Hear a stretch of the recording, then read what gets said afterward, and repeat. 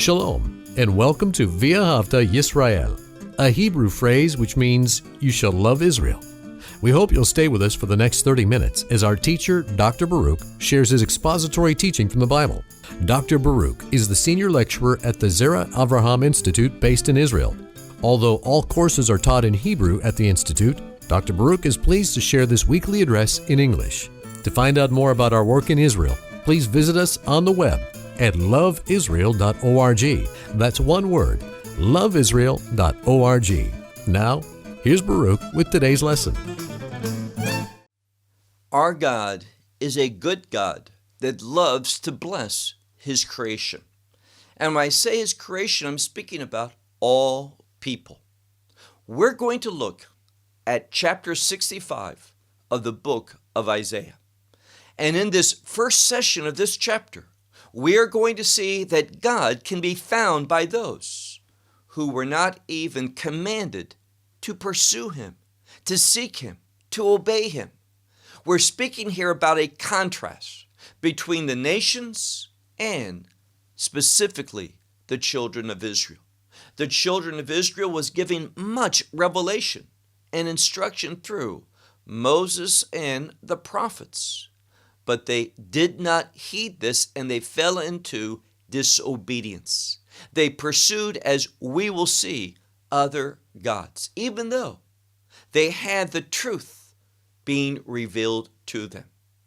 And Isaiah is contrasting that to nations that came out of idolatry, that were not commanded by the prophets, but nevertheless, they responded by God's revelation. And when I speak of His revelation, I'm speaking about His general revelation. That is through creation. When we look at this world, we find something. We find the hand of God. We find His order. We do not find randomness that produces something simply because of a large amount of time. That's what the false teachers will present of this world through evolution and other theories that are not based upon truth, that cannot be supported by even observation. What we find is when we look at this world, whether we're looking into the heavens or into the earth, we see God's structure, His order. We find that things do not just simply come about by chance, but by God's divine order. Look with me to the book of Isaiah, chapter 65 and verse 1. He's using these first two verses to contrast the nations with Israel. He says, Nidrashti lelo shalu, which means I was inquired, or I was sought after, I was investigated by those that they did not ask, meaning this. They were not required, they were not told to do so, but nevertheless, they responded. They were inquiring, they were seeking God. And furthermore, if we keep reading, it says, I was found by those that did not seek me, meaning their objective was not to worship the God of Israel, but nevertheless, they found the God of Israel. They were able to discern who the one true God is.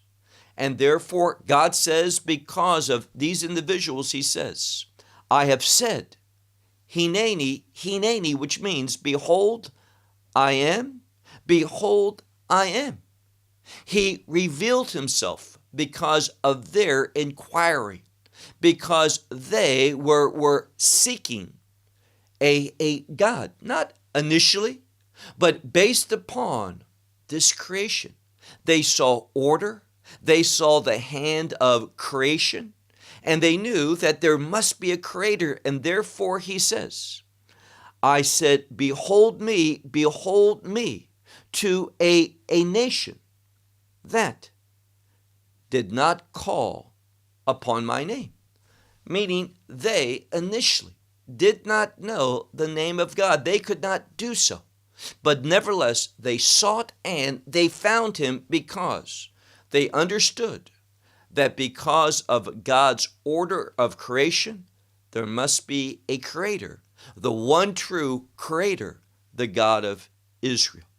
And then he says, in contrast to them, that were not given the Torah, did not have prophets, but nevertheless, he says, in contrast to these, he says, I have stretched forth my hands all day long to a people. What type of people? We see Am Sorer. Sorer speaks of, and we see this word appearing in the scripture in the book of Deuteronomy, about a son who is utterly rebellious, one who would not receive instruction. He's given instruction, but he absolutely rebels against it, will not submit to it. He knows it, but he rejects it. And he says here concerning Israel that they are a rebellious and an unteachable people who go, and this is the ones who walk, and this is a lifestyle, a behavior, in a way that is not good. And here's why. After their own thoughts. Here's the problem. They were given God's revelation. They said, no, we're not going to submit to that. We're not going to implement that into our life, but we're going to make decisions, and we're going to go in this world according to our own thoughts. And when we reject God's revelation and we go according to our own thoughts, realize that is going to put us exactly where the enemy wants us, and in a spiritual condition of weakness where we will fall easily as prey to the enemy because of disobedience. Disobedience is an invitation to weakness. When we reject the revelation, the illumination that God gives us through his word, as he did through Moses and the prophets to Israel, when we reject that, ignore that, we are inviting defeat into our life. Look now to verse 3. He's still speaking about Israel. He says, the people that angered me before my face continuously. Now, this is to show not a unawareness, not by accident, but rather a cognitive and a willful desire to rebel against God. Literally says, they made me angry unto my face all day long. All day long shows a consistency. Some will say it shows an intent, as well as the fact that this verb for making angry is in the hifil. It is the causative. So they intended, they wanted to. Their actions was to make God angry. This is what it's saying here. And how did they do this? Well, it says, sacrificing in the gardens and offering incense upon the bricks. And the implication is, from most scholars, instead of making sacrifices and burning incense in the way that God commanded, they did so on brick altars, according to the style, the methodology of the nations, rather than hearing and obeying the instructions of worship that God gave. Verse 4. Now, they followed their own thoughts, and this was rooted in pride, and pride always puts oneself before others, thinking that oneself is more important and better than someone else. And that's what we see in verse 4. The ones who, and look at what it says here, it says, they're the ones who sit among the tombs and are at watch. They're watchers, and this implies watching over as well a dead body, a corpse, whether it's in the tomb or outside the tomb, waiting for bearer. They do a night watch there. And they eat. What did they eat? They eat the flesh of swine. of pigs. Now, to me, this is most informative. We see a clear reference to death and honoring the dead. Now, we serve a God of the living, not the God of the dead. Those who embrace a covenantal relationship with God, it says that he is the God of Abraham, Yitzchak, and Yaakov. He's not the God of the dead. They are alive based upon God's covenant promises. These are dead, and they sit among the tombs and of the graves, going through the night watch. And they are those who, notice what it says, the ones who eat the flesh of a swine and soup. Their vessels have soup that is made of these detestable things, these things that are not provided by God for food. They say, and here's where it talks about pride. I mentioned earlier, verse 5, they say, "Come near unto me, do not approach." So those that were wanting to come near, they say, "Do not approach me, don't come near. For I have sanctified myself," and this means I am in the state of holiness. And based upon the suffix, it means I am more holy than you. And thinking that we're better than someone else, saying someone, don't come into my presence because I am so holy. It says, these are the ones that the smoke of my anger and fire burns all day long. This is what angers God continuously. He is consistently against those, angry at those who set themselves up above others, who believe that they are holier than others, better than others spiritually, and set themselves apart. This is not what God has called us to do, to set ourselves apart from others.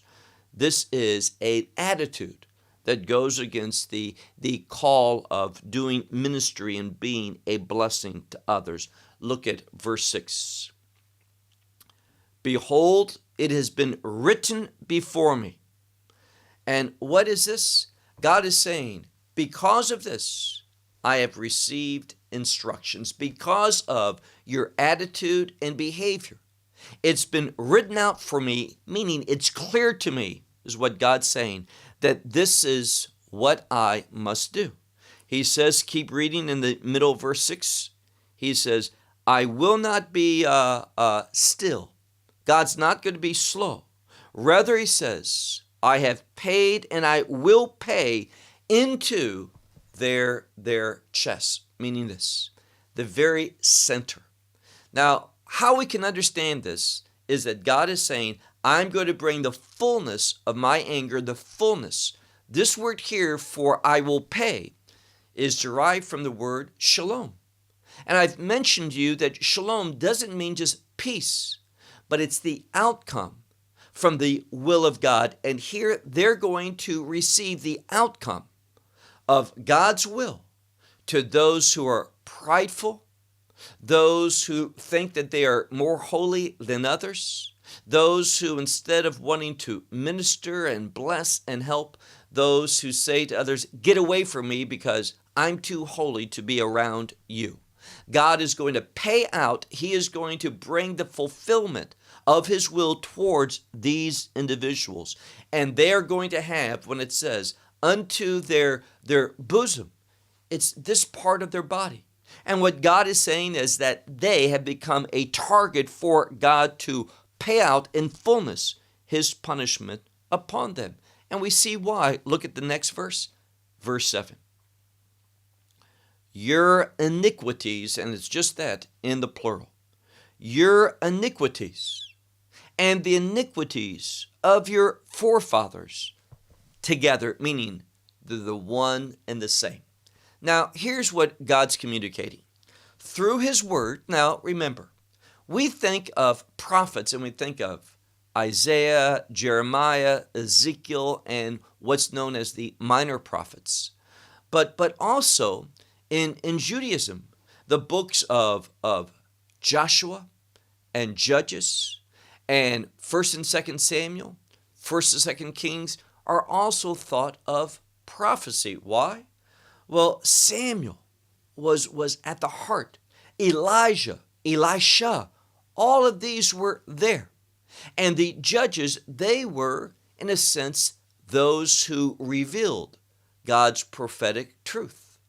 And so we see that in the historical books, some would call these, we see that God reveals to us these forefathers and how they as well did not walk in obedience. And I'm talking about the generations during the time of Judges, also during the time of Joshua, during the time of David and the other kings. They had prophets at that time, and they were, for the most part, utterly rebellious, rejecting this prophecy. This is why we see Babylonian exile, the Assyrian exile which preceded it, and how the people were finding themselves in slavery in the book of Judges, because they did not respond properly. Look at verse 7. Your iniquities, he's saying, they are the same of the iniquities of the earlier generations, your forefathers. The Lord has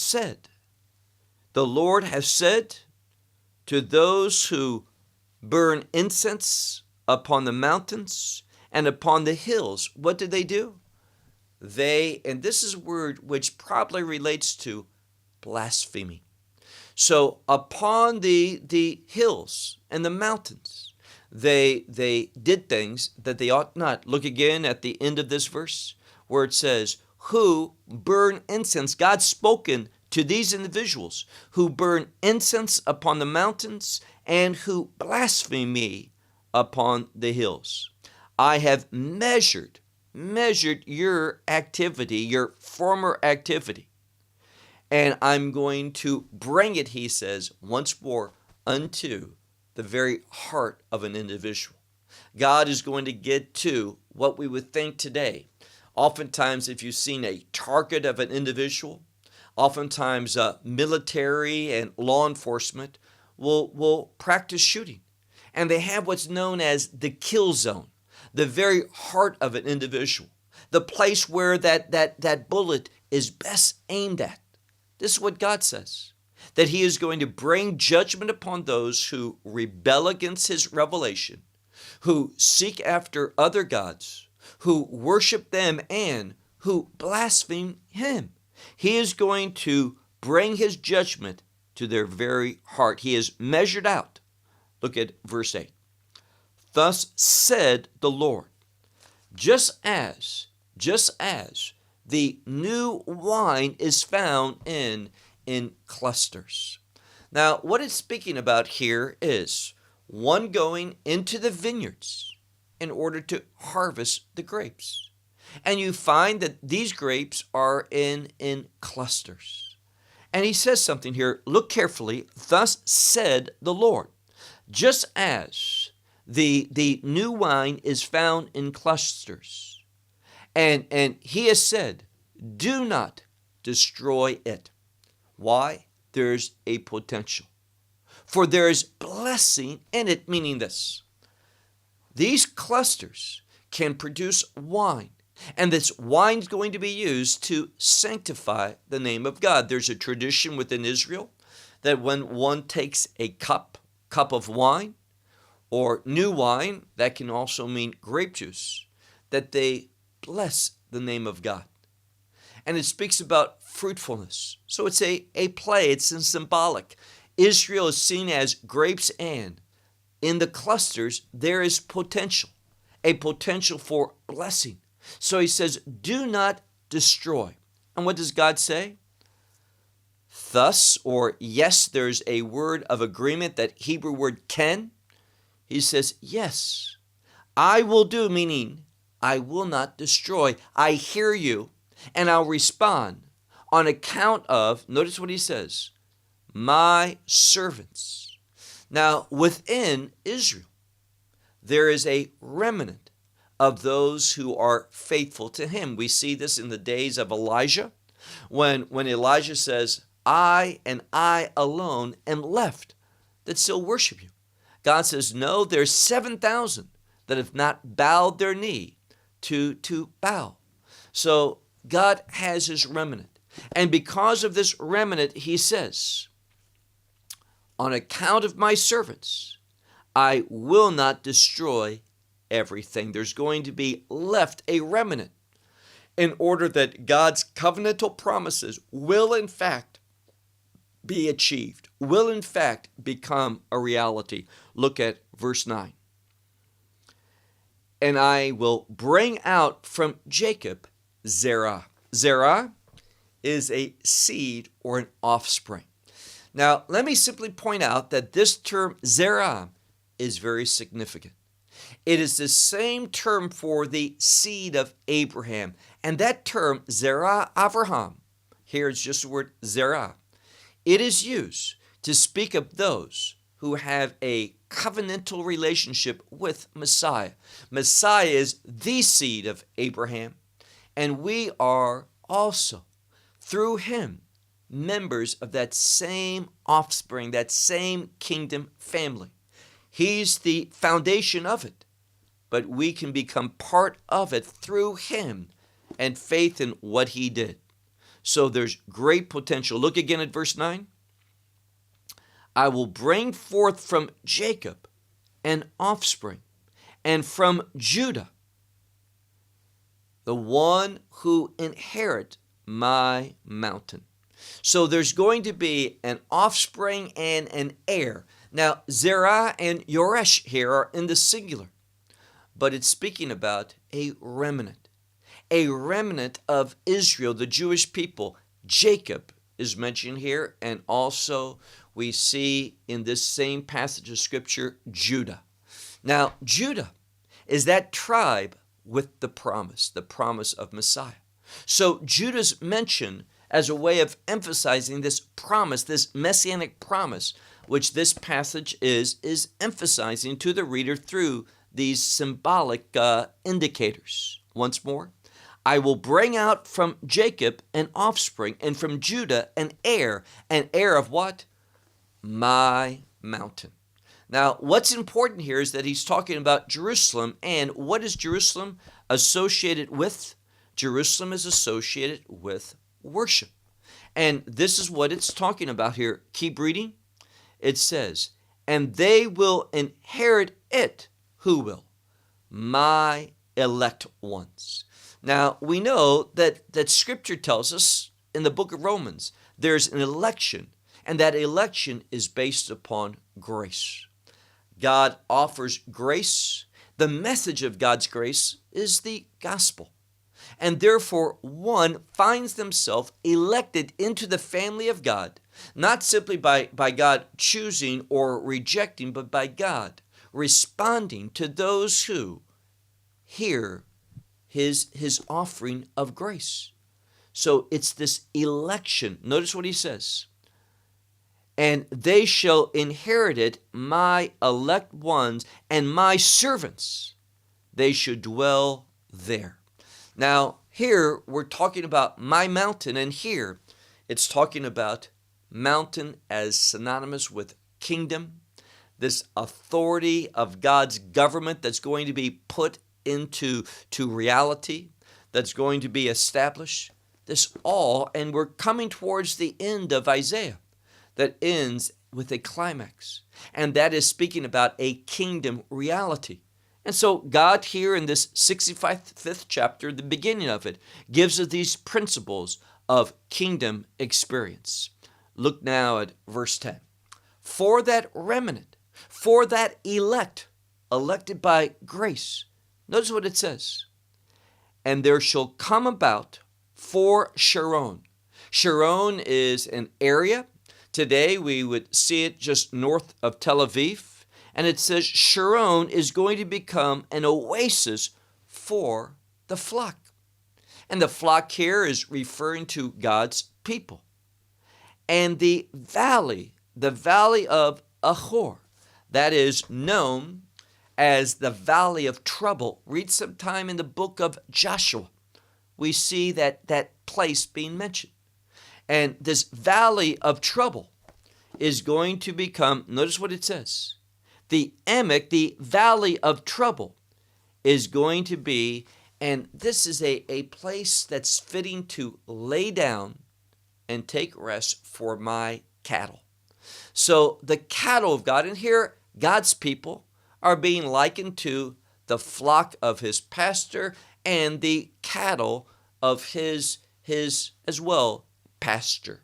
It's a word which speaks about a place which is fitting for rest, where animals lay down in safety without a care. So this is what God wants to do.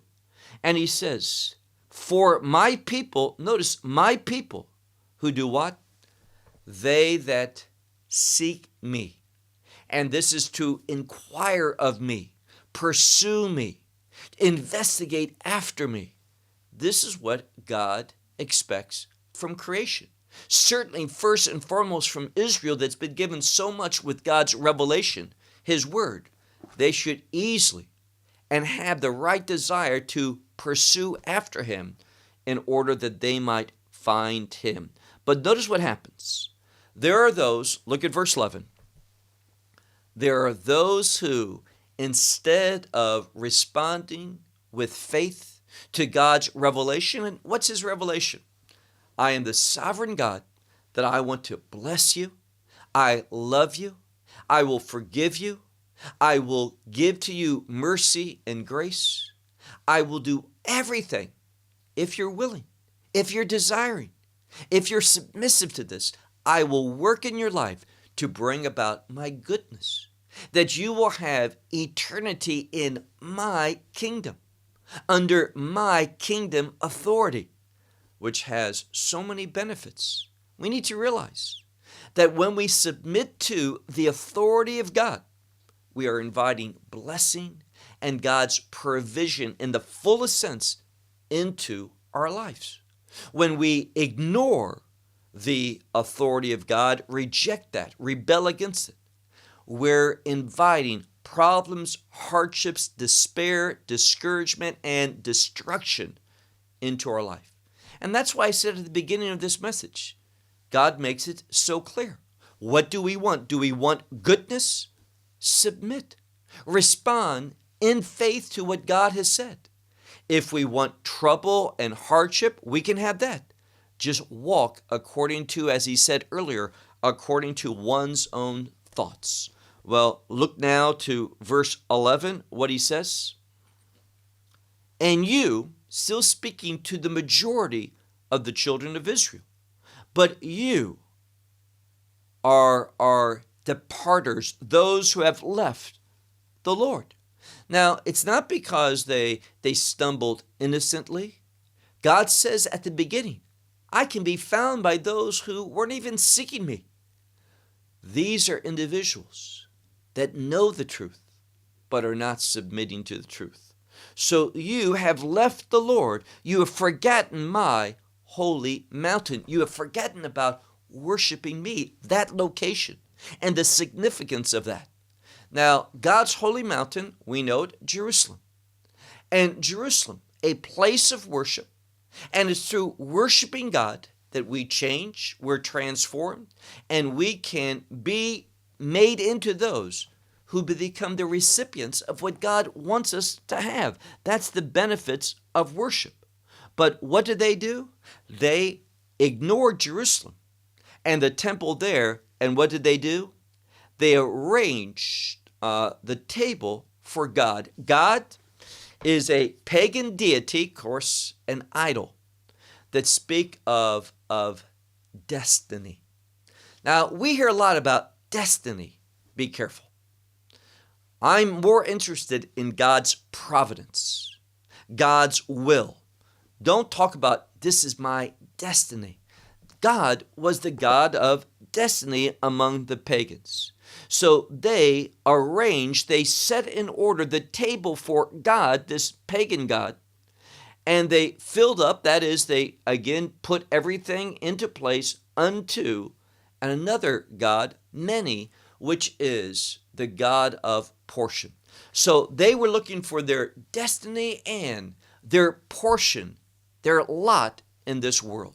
So they were arranging this table for God and arranging this sacrifice, this libation for the god many. Well, let me tell you, this is blatant idolatry. And what does God say to those who do that? Instead of receiving God's goodness, his love, his blessings, his provision, his leadership in your life, what happens? Notice what he says. This will be our last verse. Look at verse 12. He says, I have appointed, it's a play on words, because many is portion. God says, you want a portion, I will portion out for you. And what's God going to appoint for them? He's going to appoint a sword. And all of you at the slaughter, the massacre is another way we could say that, tevach, you will bend the knee, you will bow down to this massacre. On account that I called. See, it's not God's error. God's not lacking something. He did his part. He says, because I have called, but you did not answer. I have spoken, and you did not hear. Now, why didn't they answer? Why didn't they listen? Here's the reason. Because you have done evil in my eyes. That's the problem. They wanted to do that which God says is evil. Now, they did all of this because it was according to their thoughts. It seemed right. It seemed proper. It seemed desirable to them. But God says, you have done evil in my eyes, and in what I have delighted. So in what I delight, you have not chosen. So let me conclude in a very simple way. What decisions are you making? What are you choosing? Are you choosing those things that God is delighted with? Those things that God says yes to? Or are you neglecting God's revelation? This is how you know what is desirable to God, what is pleasing to him, what are those good things that he delights in. Through his word. Only through his word, you'll never stumble upon them. Or are you making your life's decision, following what you have been misled to think is your true destiny, your lot in life? And when we do that, opposed to God's revelation, we are going to be led to that slaughter. We are going to experience that sword of death that's going to pierce us forever and ever. This is serious. This is the truth of God. Now is the time to make that decision.